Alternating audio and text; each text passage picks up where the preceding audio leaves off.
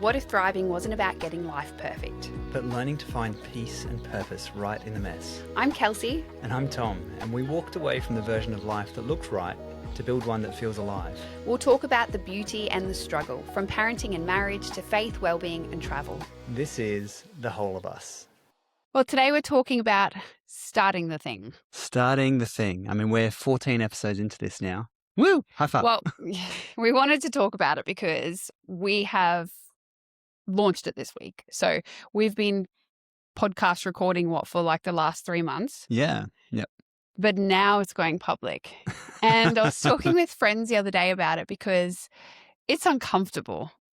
Podcasting's really exciting because you've got a longer format to talk about things, right? You do. Compared to reels and social media content. At the same time, it means you've got longer to have an opinion and have dig a hole for yourself. Yeah. And you can't bounce back and forth with people. Except for each other. And I mean, not that we're our own private echo chamber, but to a degree we are. Well, In any relationship, like, you kind of have opinions that are formed, and you go back and forth on those things, and unless you're consistently trying to bring new points of view into a relationship. Which I think we do while we're reading books and listening to other sources and things. Absolutely. But we've had a few comments this week about people, actually a lot of love. It's been really, really nice. Yes. Thank you. Yeah, Thank you you so much. It actually makes a big difference. Because and it's little things like people just saying, we really appreciate how real you are in these conversations. And it's funny because we have these sorts of conversations all the time between ourselves. And with friends. And I think it is it's like such a joy to actually have conversations that aren't just about fluff or about the weather. Things that are happening. Though I like the weather. What's challenging then about starting something like a podcast is that you're not getting live feedback from people. Yeah. You can't read their expression and process through or elongate a thought that we are having. Yeah. And have that sort of back and forth banter. And so when something like this goes out there and there are comments coming back, you sort of, I feel like I want to justify and I want to flesh out a thought a little bit more than what we just have on the podcast. And obviously there's many, many different ways we can ping down different ideas and thoughts. And we might highlight something and skip over something else that we actually had a lot more to think about and say. But it was interesting because we've started to tell more friends that we're doing it. It was so much easier when we were just doing it ourselves. Yeah, without any outside noise. And as I was having this conversation with my friends, I could tell I was making a lot of excuses and trying to protect myself by saying, I talk too much and I'm so loud and I cut Tom off and then he cuts me off and I'm pinging everywhere. And I think the feeling was that I just needed a little bit more confidence. I walked away from the conversation reflecting on it. And I actually do have a lot more confidence than probably what I was putting out in that moment. But as I walked away, I was able to really sit with my heart a little bit more. And I'm like, okay, well, what is this thing? Because I don't want to be acting like my self-esteem is in my boots. Obviously, I'm human and this is pretty vulnerable what we're doing. But I think at the end of the day, I just had this realization that, you're actually really scared. Wow. And when I sat with it, I'm like, yeah, it is scary. We talk about what you resist persists. And so in my resisting the fact I was scared of what we're doing, I was justifying it and I was pulling on all these other pieces to try to make sense of it and excuse it, or as a protector, make sense of what I was feeling instead of just sitting with the discomfort of fear and being scared.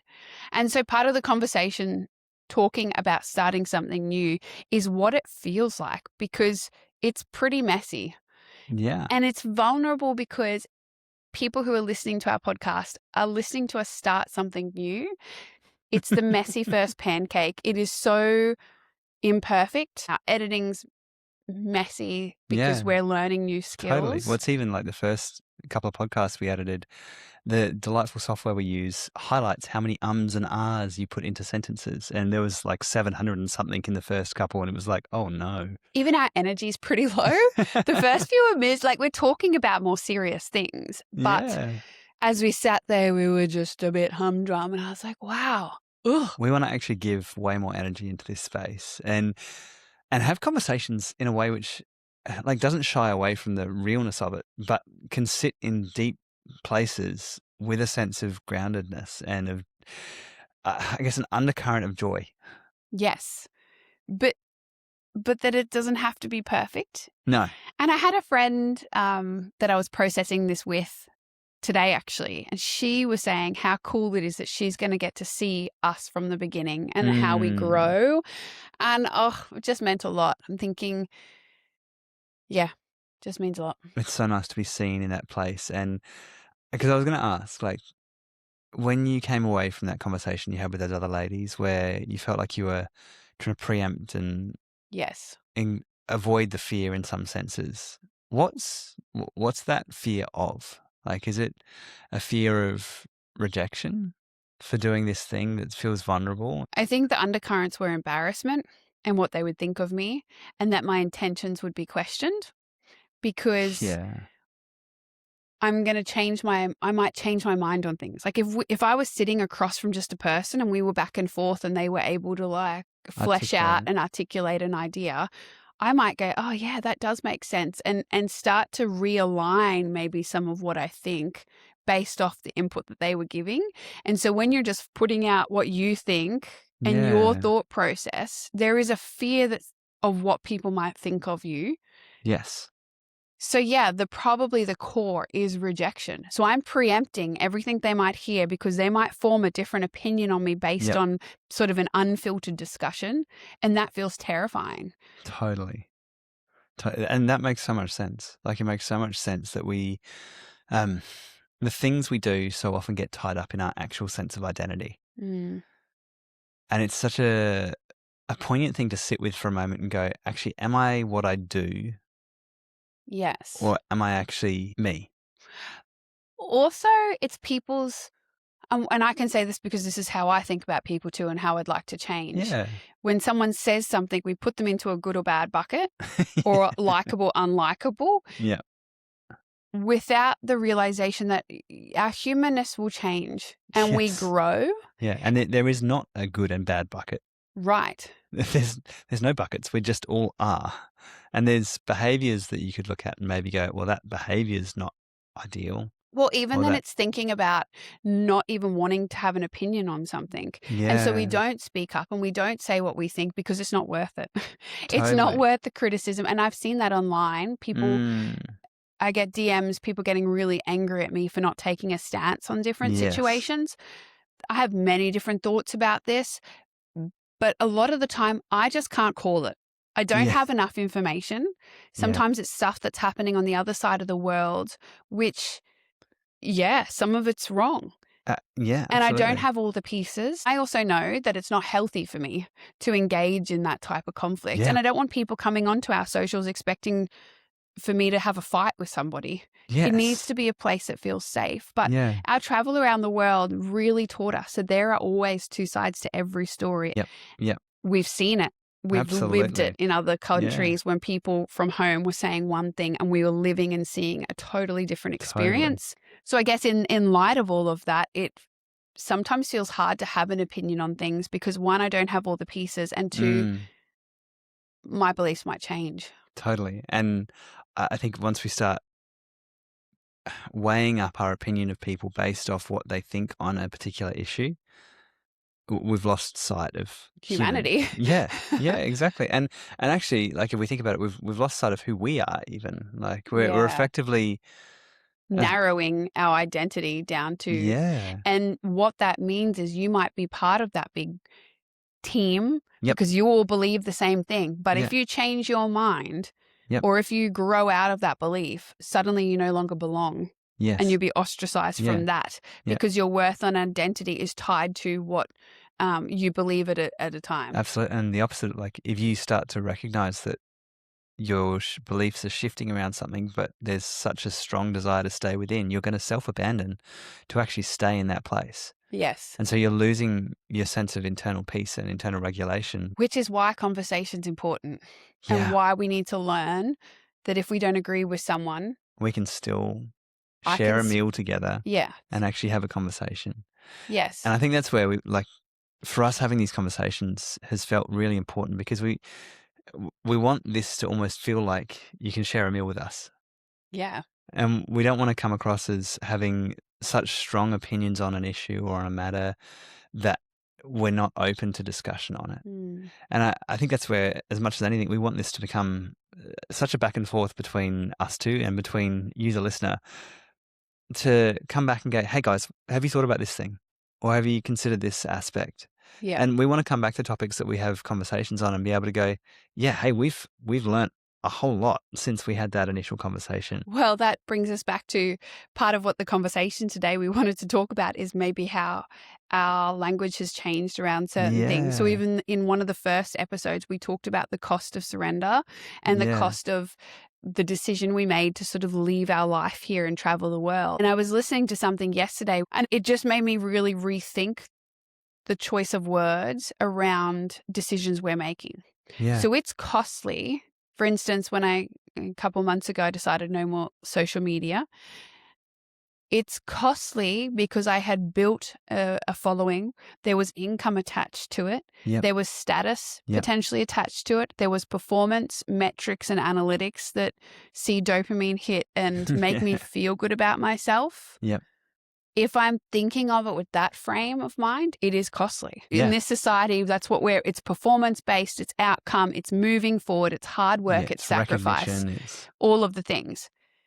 But if my thinking was obedience to what God was saying, my own health, the well-being of my family, then this thing's not as costly. Yeah. If releasing and surrendering something gives me more peace, I feel like I'm walking in the path that God has me on. Yeah. It's giving away control that was actually consuming me and crushing me, then it's not costly. So if we were to look back even at those first few episodes we recorded, and we talked a lot about the cost of stepping away from the business and the life that we had here. And in many senses, the cost was negligible because it meant that we had each other still. And you had your health back. And I had my health back. So you continued to live. Yeah. So was it costly? It saved us. Yeah, it's weighing up those balances. And I think like we use this example of cost to illustrate the point of changing our view on things because we've got a different perspective is part of life. And it ties in with what we're talking about today, starting something new, because the language around starting a podcast has felt like costly to me. It's cost judgment. Some friends and people close to us have huge opinions on this. It's ostracized us in certain circles.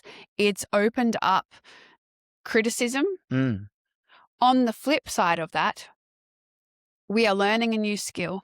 Yeah. We are growing in confidence. Totally. We are able to have conversations with people all over the world. We are meeting people in vulnerability and in some cases going through the worst times of their life, feeling alone. And we're able to have dialogue off air and speak into the seasons and create hope. Yeah. So it's costly if my lens is what it's taking from my identity, what it's taking from people's opinions of me, what it's costing in fear or... Right. But even just the emotional health and mental health of the spinning of what people will think, when I start to reframe all of that and see the real beauty in what we're doing, there is a big obedience in what we're doing. Look, we felt God say to start a podcast months and months. There was a lot of delay. I wrestled. Why, God, would I want to put ourselves out there more? Yeah.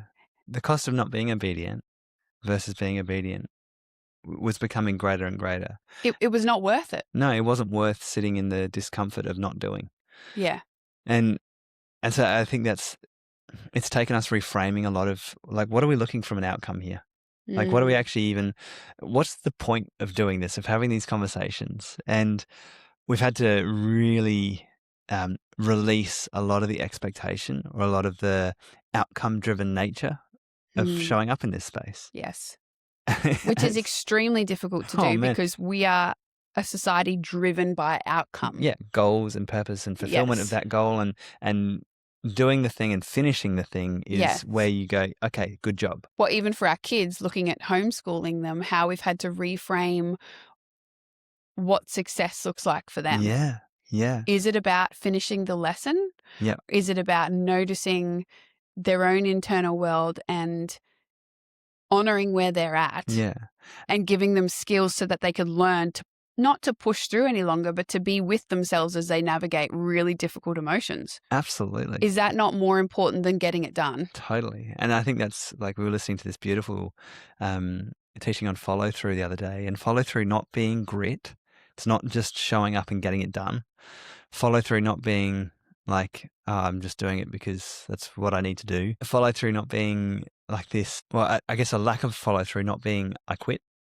And just to be clear, the reason our community goes on about follow through is because we are an outcome driven. Absolutely. So the follow through is important because we got to get to the outcome. Yeah. But what we see in the follow through is you either abandon yourself Yep. or you give up. Yeah. Abandon yourself as in, I really don't want to do this. I'm going to shut all that down, not I'm get just gonna curious get about done it anyway. and get it done. Yeah. Or I can't, it's too hard. I can't do it. I give up. Yeah. And either of those outcomes just leads to pain, effectively. You might still get the outcome though. Yeah, That might give you a totally. bit of a, Well, and I think that's definitely been my story a lot of life, is that I lost sense of who I was to a degree and just got stuff done and became incredibly effective at it. And it's a wonderful protector to a well, degree. why is that bad? Why is that Yeah. bad if you just can push on and get through to the outcome? It caught up with me. How so? I think that's where burnout hit, because I was doing the things and then I was reaching the end of my capacity to be able to do the things. Because at the end of the day, all the things that I wanted to do, all of the things that I was attempting to get done, all of the outcomes that I was wanting to see, I was not a superhero. I actually couldn't do it all, as much as I tried. So you're saying the reason it's important not to just push through and get it done. Yeah. I guess the conversation in that middle point, because we talk about meeting resistance Yeah. and still wanting to create space for that and not Yep. just Shy plow away from- through. But that in that resistance, that's the part that we learn the resilience, I guess. Yeah. And that's where this teaching we were listening to was talking about, like, that point of resistance that we all hit, kids and adults. You've just illustrated those two extremes. We either just stop and give up, or we just plow through it and ignore that resistance and just go, nah, I'm just going to get it done anyway. Well, what does that look like then, So hitting that resistance? What does it look like? It looks like wrestling with it. And it looks like being uncomfortable, but actually being okay with uncomfortable. And as parents, like, say for us, rephrasing what home educating looks like, it's, can I be okay with our kids not getting something done or putting something down for a moment because they're really struggling with it? And not struggling to the point of being like, I give up and da, da, da, and being totally dysregulated. But I don't know about this because it doesn't make sense to me, because that's not teaching resilience. Because there is a point in life that we have to do the thing even if we don't feel like it.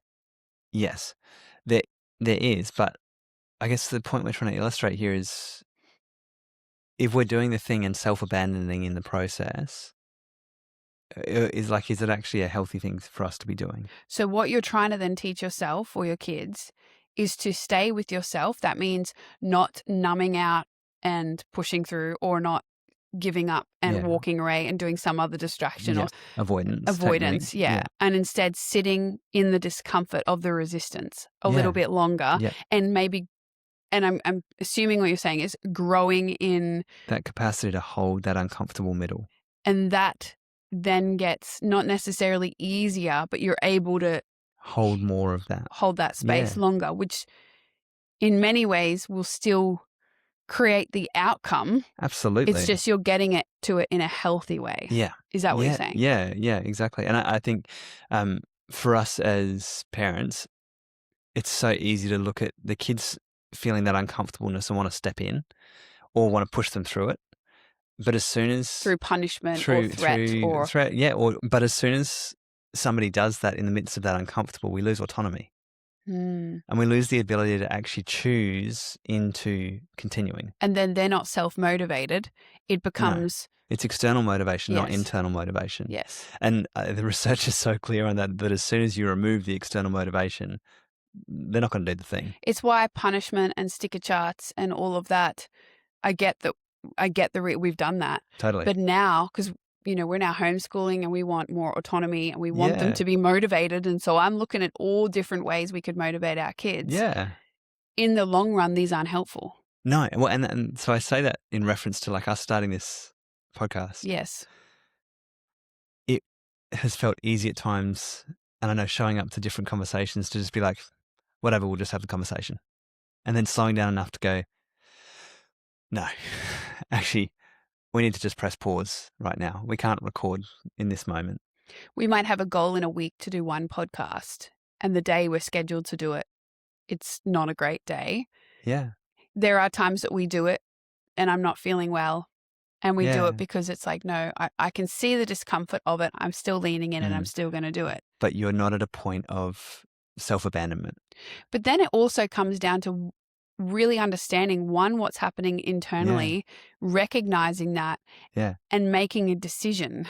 Yes. Based on not your feeling and your experience, but maybe just honoring where you're at. Yep. It is a balance, and it's a little unclear, even I feel like in this conversation, of really understanding when you're supposed to do the thing, even though it feels hard and you don't want to, because so many of these episodes I haven't wanted to do because it's messy and I'm clunky and the articulation is really not perfect. Yeah. And it's going to be public. Like, it's going to be, what does this Diary of the CEO guy say? It's embarrassment is the cost of entry. 100%. This is so embarrassing some of the times. and yet I don't want to not do it. No. We are growing resilience by showing up, but not at the cost of ourselves. And so I guess just to then we're going back to the cost conversation. Though, I don't know if that makes sense then. No, it does though, because the cost of ourselves is like the self-abandonment, like, and that is a genuine cost. Like, if we're self-abandoning, that's where we're losing. Yes. And so I guess just to caveat this, like, resilience conversation or follow through, there are moments where we've had to show up in times totally dysregulated and self-abandoning to a point, knowing that we're going to come back to ourselves. It's repair. And repair. Yes. And that's repair between us as parents, that's repair between us and the kids, it's repair internally in ourselves to go, okay, I see that right now this is feeling unbelievably hard, that this is feeling so uncomfortable that you do not want to be doing this at all. And it's going to be okay, because I'm going to come back later and we're going to sit and feel what we need to feel. And I think that's where, like, we haven't talked much about doing inner child work yet, but it's something that we found so profoundly significant to our own processes, because so much of the time when we're showing up in that dysregulation, in that pain, in that big emotion, it's our little 6-year-old self or our little 8-year-old self that had to self-abandon in a moment because it was other needs survival. Around, it was literal survival. And now as adults we get to do this, like, actually, I'm an adult now. And I get to be okay, even in the midst of complete pain and complete, like, chaos around me, knowing that I can take even 5 minutes later just to slow down enough to see me. The beauty in this conversation and what we've learned is that, one, there's no emotion that we can't survive. Yes. And that inevitably it does shift and the intensity decreases and you're able to move forward. The other is that we can always go back and repair. Yeah. So I'm just thinking of situations while we've been traveling that we had to just keep pushing through. It was literally a safety thing, or Absolutely. like, I'm just thinking some of the dodgy places we found ourselves in. Won't tell you the country, but around the world, that I'm like, I don't want to do this. Everything in my body is saying, be here. Run from this thing. And yet I was able to sit and be like, I see the level of discomfort and pain you're experiencing right now. I can tell you're afraid. It's okay. I'm here. Yep. And we're gonna come back to this. And I think my mind goes back to the episode we recorded with the girls, where I think they said it. It's like, no, we knew we were going to be okay because we were together. Yeah. Yeah. And it's just, when we're not alone, when we've actually got us with us and, like, each other with each other, and genuinely, regardless of how we're showing up, regardless of the emotions, regardless of the situations that we're in, but knowing that I'm not going to be alone here. Which also then hooks back to the start of this conversation of starting the new thing. Yeah. And how uncomfortable it is to step out. And I'm so thankful for the work that we have done, because it means in the middle of this, when it's really uncomfortable, that we know that we're actually going to be okay. And it does warrant reflection on our language around cost. Like the cost of stepping in versus the cost of not doing anything. And actually that I would prefer to do the one that we step in and we're brave and courageous. Yep. But I said to you the other night, does this feeling ever go? Are we ever going to be able to not feel this uncomfortable? As we've launched the podcast this week and I'm back on social media and I have a lot of emotion around being seen again, and it feels vulnerable and exposing. And I get people be like, well, just don't do it. But I have sat with that. Yeah. I don't want to not do the thing that's scary, and I don't want to not do the thing that I'm afraid of. Yeah. And it's proving something to myself, but in a really honoring way. And I think that's it as well. Like, you're following through, but you're not self-abandoning. You're not showing up in this space and just going, I'm just going to shut down to everything else. And well, I think self-abandoning in this would be pretending it all feels fine. yes, it would be like, oh my gosh, we're on this podcast and we're all good and unaffected. No. It's very uncomfortable. At the same time, look at how we're growing. Look at what we're showing our kids, that we can show up and have a conversation that people can judge and criticize. And on the flip side, this is the reframe. Look at the conversation we're getting to have with people who have felt really alone and things, that we're prompting thought. And I feel proud of that. Yes. Yeah.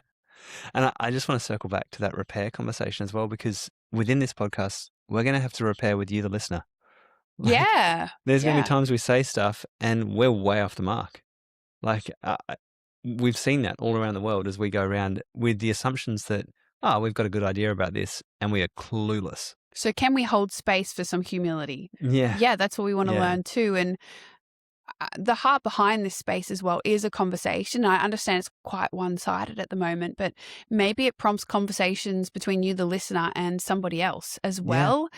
I want to be a safe place that we can hold space to have different opinions, talked about respectfully.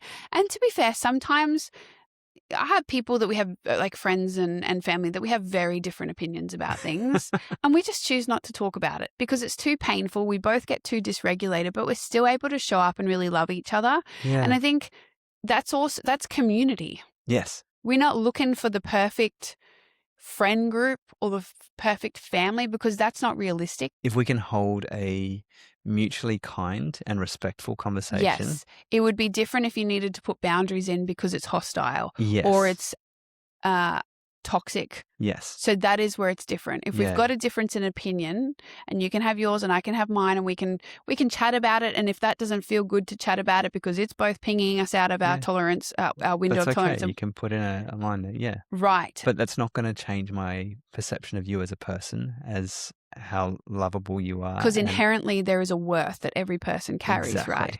But it may mean you're not allowed to come into my life. Correct. Or be in our circle, or there are obvious boundaries that we put in. Yeah. And sometimes it's meant not having anything to do with that person. Yes. Which is painful in a whole nother episode in itself. It's that statement, I choose to walk with people, not stand on issues. And I can't remember where I heard it, but I just love it because it's the antithesis of what so much of our culture is presently. It also doesn't mean we don't have values and we don't fight for the things we really believe in.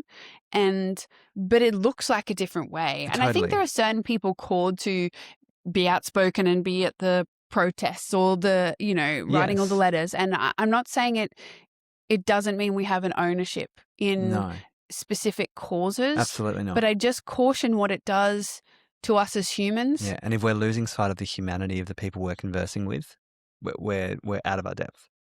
There are a couple of takeaways from today. One is start the thing. Start the thing. You don't have to feel ready. It can be messy. Yeah. Well, it's that thing. Ready's not a feeling. It's a choice. And I think that's what we had to decide with these conversations was it's, okay, let's just do it. Yeah. I mean, we are your perfect example.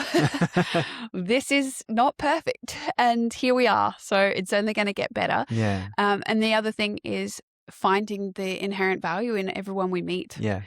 And continuing to come back to yourself and not questioning your opinions for the sake of questioning them, but going, how am I actually feeling in this moment? Am I justifying because I'm feeling scared of what somebody else is thinking?